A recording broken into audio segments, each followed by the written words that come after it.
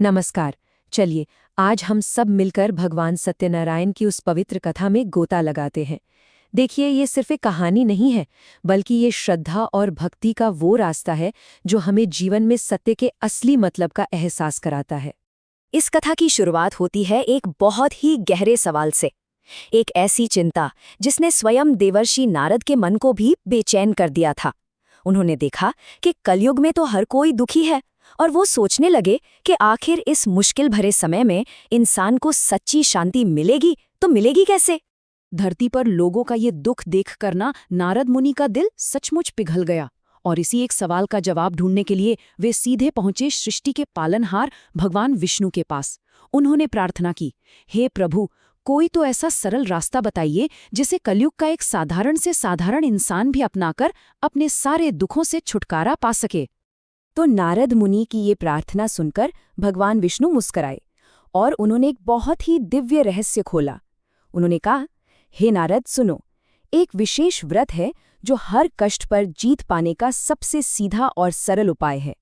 जो कोई भी इसे पूरी श्रद्धा से करेगा, उसे धन, संतान और हर काम में विजय मिलेगी, और तो और अंत में मोक्ष का रास्ता भी खुल जाएगा। तो बस यही था वो दिव्य वचन, वो भरोसा, जहाँ से श्री सत्यनारायण व्रत कथा का पहला अध्याय शुरू होता है। यहीं से हमें इस पवित्र व्रत की जो अद्भुत महिमा है उसका पता चलता है। इस व्रत का जो सार है ना, वो इसकी सादगी में ही है। इसे बस सच्ची श्रद्धा और भक्ति के साथ करना होता है। वैसे तो ये किसी भी दिन किया जा सकता है, पर पूर्णिमा यानी महीने की सबसे उजली रात को इसका फल कुछ खास ही होता है। इस पूजा में हम अपनों को, परिवार और दोस्तों को बुलाते हैं, और कथा के बाद आरती और प्रसाद से ये पूरी होती है। तो सवाल ये है कि आखिर इस व्रत का चमत्कार सबसे पहले किसने देखा? चलिए, उन विनम्र भक्तों की कहानियां सुनते हैं जो हमें सिखाती हैं कि ईश्वर की नज़र में श्रद्धा सबसे बड़ी होती है, कोई पद या धन नहीं। कहते हैं, काशी की गलियों में एक बहुत ही गरीब ब्राह्मण रहते थे। वे इतने गरीब थे कि भिक्षा मांगकर अपना गुजारा करते थे, पर धर्म में उनकी आस्था अटूट थी। उनकी भक्ति देखकर स्वयं भगवान विष्णु एक बूढ़े ब्राह्मण का रूप लेकर उनके पास आए और उन्हें इस व्रत के बारे में सब बताया। उस ब्राह्मण ने पूरी श्रद्धा से व्रत किया, और चमत्कार देखिए, उसकी सारी गरीबी दूर हो गई और घर धन धान्य से भर गया। उसी ब्राह्मण को पूजा करते देख एक गरीब लकड़हारे के मन में भी श्रद्धा जागी। उसने मन ही मन सोच लिया, मैं भी ये व्रत जरूर करूंगा। और जानते हैं आस्था का चमत्कार क्या होता है?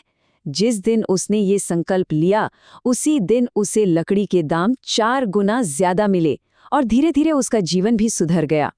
लेकिन क्या होता है जब कोई इंसान भगवान को दिया हुआ वचन ही भूल जाए? अगली कहानी हमें एक ऐसे ही व्यापारी की कहानी बताती है जिसकी एक भूल ने उसे वचन के महत्व का सबसे बड़ा पाठ पढ़ाया। तो ये पूरी यात्रा शुरू हुई एक संकल्प के साथ। साधु नाम के एक व्यापारी ने संतान सुख के लिए ये व्रत करने का प्रण लिया। भगवान ने उसकी प्रार्थना सुनी और उसे कलावती नाम की एक सुंदर पुत्री मिली। पर उसने सोचा, चलो व्रत बेटी की शादी पर कर लूंगा।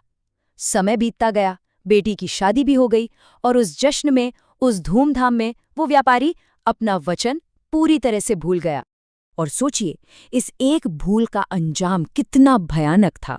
जब तक उसे अपना वचन याद था, घर में खुशियां थीं, लक्ष्मी का वास था। लेकिन जैसे ही वो वचन भूला, दुर्भाग्य ने उसे चारों तरफ से घेर लिया। उस पर और उसके दामाद पर चोरी का झूठा इल्जाम लगा दिया गया, और राजा ने दोनों को जेल में डाल दिया। उनकी सारी संपत्ति भी छीन ली गई। लेकिन कहते हैं ना, जहां भूल होती है वहीं पश्चाताप का रास्ता भी खुलता है, और ईश्वर की भक्ति में वो शक्ति है जो हर संकट को टाल सकती है। चलिए देखते हैं कि कैसे उनकी भक्ति ने क्षमा और मुक्ति का दरवाजा खोला। घर पर व्यापारी की पत्नी लीलावती और बेटी कलावती का रो रो कर बुरा हाल था।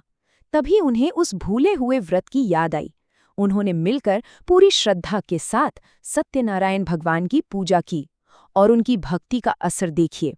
उसी रात भगवान ने राजा के सपने में जाकर कहा, मेरे भक्तों को तुरंत आजाद कर दो, वे बिल्कुल निर्दोष हैं। लेकिन भगवान की परीक्षा अभी खत्म नहीं हुई थी। घर लौटते समय स्वयं भगवान सत्यनारायण एक सन्यासी का रूप धरकर आए और पूछा, सेठ जी, आपकी नाव में क्या है? व्यापारी के मन में अचानक लोभ आ गया और उसने झूठ बोल दिया कि कुछ नहीं, बस कुछ लता पत्ते हैं। और इतना कहना था कि नाव से सारा धन गायब हो गया। जब व्यापारी ने रोते बिलखते हुए माफी मांगी और सच बोला, तभी उसे अपना सारा धन वापस मिला। मगर कहानी में एक और मोड़ तब आया जब वो घर के किनारे पहुंची। अपने पति के आने की खबर सुनकर बेटी कलावती इतनी उत्साहित हो गई कि वो पूजा का प्रसाद लिए बिना ही दौड़ी चली गई। प्रसाद का ये अनादर भगवान को बिल्कुल स्वीकार नहीं हुआ और उसी पल उसका पति अपनी नाव के साथ उसकी आंखों के सामने से ओझल हो गया। ये दिखाता है कि प्रसाद का स्थान कितना ऊंचा है। जब कलावती को अपनी गलती का एहसास हुआ तो वो रोते हुए वापस लौटी। उसने पूरी श्रद्धा से पहले प्रसाद ग्रहण किया और भगवान से माफी मांगी। और देखिए भक्ति का चमत्कार, उसका पति तुरंत ही नाव के साथ वापस प्रकट हो गया।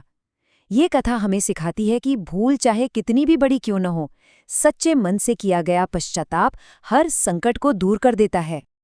अब हम इस कथा के आखिरी अध्याय पर आते हैं, जो हमें अहंकार पर विनम्रता की जीत का सबसे बड़ा सबक सिखाता है।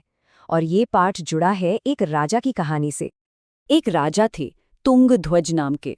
उन्हें अपने राजपाट का, अपनी शक्ति का बड़ा घमंड था।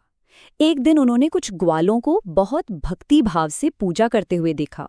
ग्वालों ने उन्हें बड़े आदर से प्रसाद दिया, पर राजा ने अपने अहंकार में उस प्रसाद का अपमान किया और उसे बिना लिए ही वहां से चले गए। उस एक पल के अहंकार का नतीजा बहुत ही भयानक निकला। प्रसाद का अनादर करते ही राजा का सब कुछ खत्म हो गया, उसका राजपाट, उसके बेटे, उसका धन, सब कुछ। जब उसे अपनी भूल का ज्ञान हुआ तो वह दौड़ा दौड़ा उन ग्वालों के पास गया, उनसे माफी मांगी और उन्हीं के साथ बैठकर विनम्रता से पूजा की और प्रसाद ग्रहण किया। तभी भगवान ने खुश होकर उसका सब कुछ वापस लौटा दिया। तो आखिर इस पवित्र व्रत को करते कैसे हैं? इसकी विधि क्या है?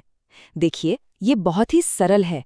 सबसे पहले प्रसाद के लिए केले, घी, दूध और आटे जैसी चीजें इकट्ठा करें। फिर शाम के समय अपने परिवार वालों और दोस्तों को बुलाएं। पूरी श्रद्धा के साथ कथा के 5 अध्याय सुनें। इसके बाद दीपक जलाकर भगवान की आरती करें। और हाँ, अंत में सबसे जरूरी, विनम्रता से प्रसाद ग्रहण करें और उसे सभी में बांटें। तो ये कथा हमें बार बार हर मोड़ पर बस यही याद दिलाती है कि सत्य ही नारायण है, सत्य ही ईश्वर है और सत्य का मार्ग ही जीवन में सच्चा सुख, शांति और समृद्धि लाता है। भगवान श्री सत्यनारायण की कृपा हम सब पर हमेशा बनी रहे। बोलिए श्री सत्यनारायण भगवान की जय।